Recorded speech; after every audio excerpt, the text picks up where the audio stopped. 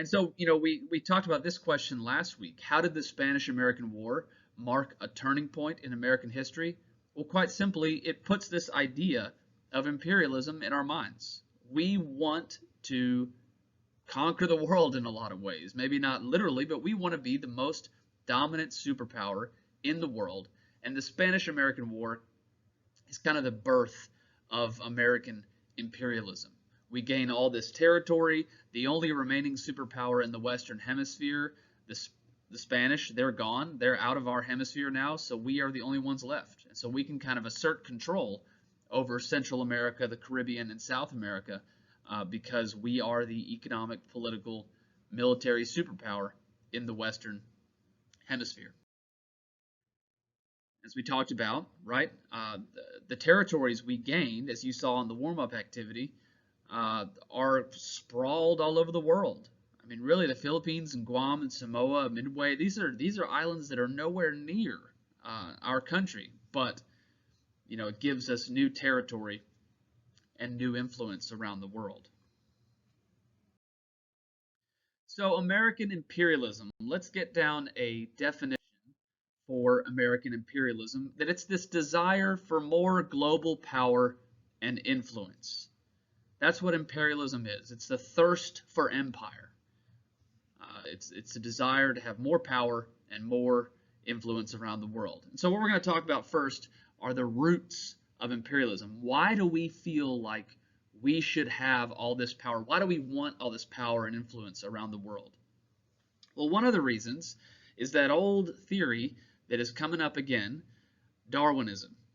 This time, it's not social Darwinism, it's international Darwinism.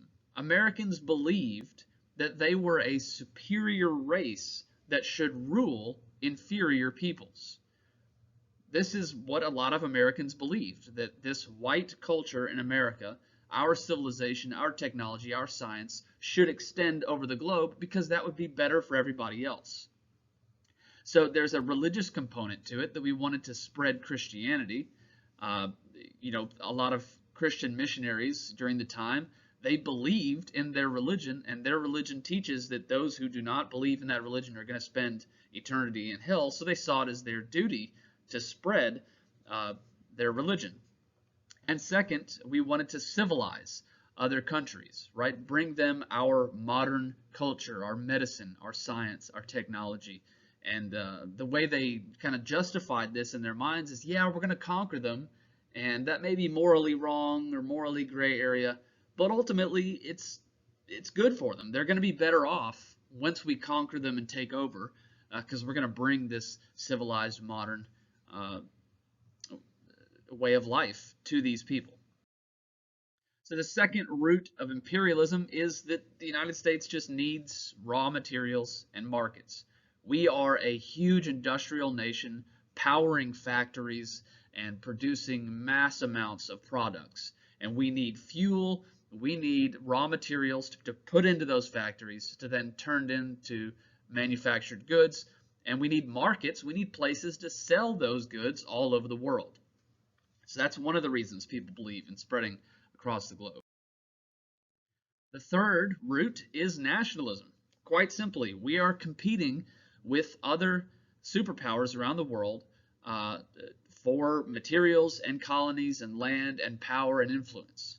And we want to be number one, right? So you got these major nations in Europe, the British, the French, Spain, and Portugal, who are now colonizing Africa and getting a lot of resources from Africa. We should also mention a new world superpower, Germany. And that's going to be important as we get closer and closer to our first world war in 1914. Germany is going to be important there. So we're competing with those nations. The other component is simple strategy. Colonies all over the world give our Navy more naval bases. It's more places for our Navy to refuel and stop along the way wherever we're going. It's more places for our naval ships to be stationed so that they're kind of a threat to anyone who wants to mess with us as we're trying to trade all over the world. So there's a strategic component here. And then finally, there are some old American beliefs popping up again that are that are important here. The Monroe Doctrine, if you'll remember, was this idea that the United States, it was a foreign policy by our president, our fifth president, James Monroe, who said that European powers have no more right to set up colonies in the Western Hemisphere. It's the first time we're really asserting ourselves on the global stage and saying, we are the world power in the Western Hemisphere, and Europe, you need to stay out of our side of the world. And manifest destiny is also a component here. Imperialism is just manifest destiny writ large, right? We don't want to just expand from the Atlantic Ocean to the Pacific Ocean. Now we want to expand our power and influence all over the world. So these are kind of the roots of American imperialism. Now, not everyone agrees with this belief system. We had really vocal, powerful imperialists on the left there, like Theodore Roosevelt, and the guy right next to him, Alfred Thayer Mahan, who was a naval commander. And we'll talk about those and read about those in a minute. But you also had people speaking out against imperialism. People like Mark Twain, or his real name is Samuel Clemens, but he went by Mark Twain and wrote books like Huckleberry Finn and The Adventures of Tom Sawyer and a lot of other short stories. One of the most celebrated American writers in history. He was very much against imperialism. And then our man on the far right there, William Jennings Bryan, is going to make an appearance as well.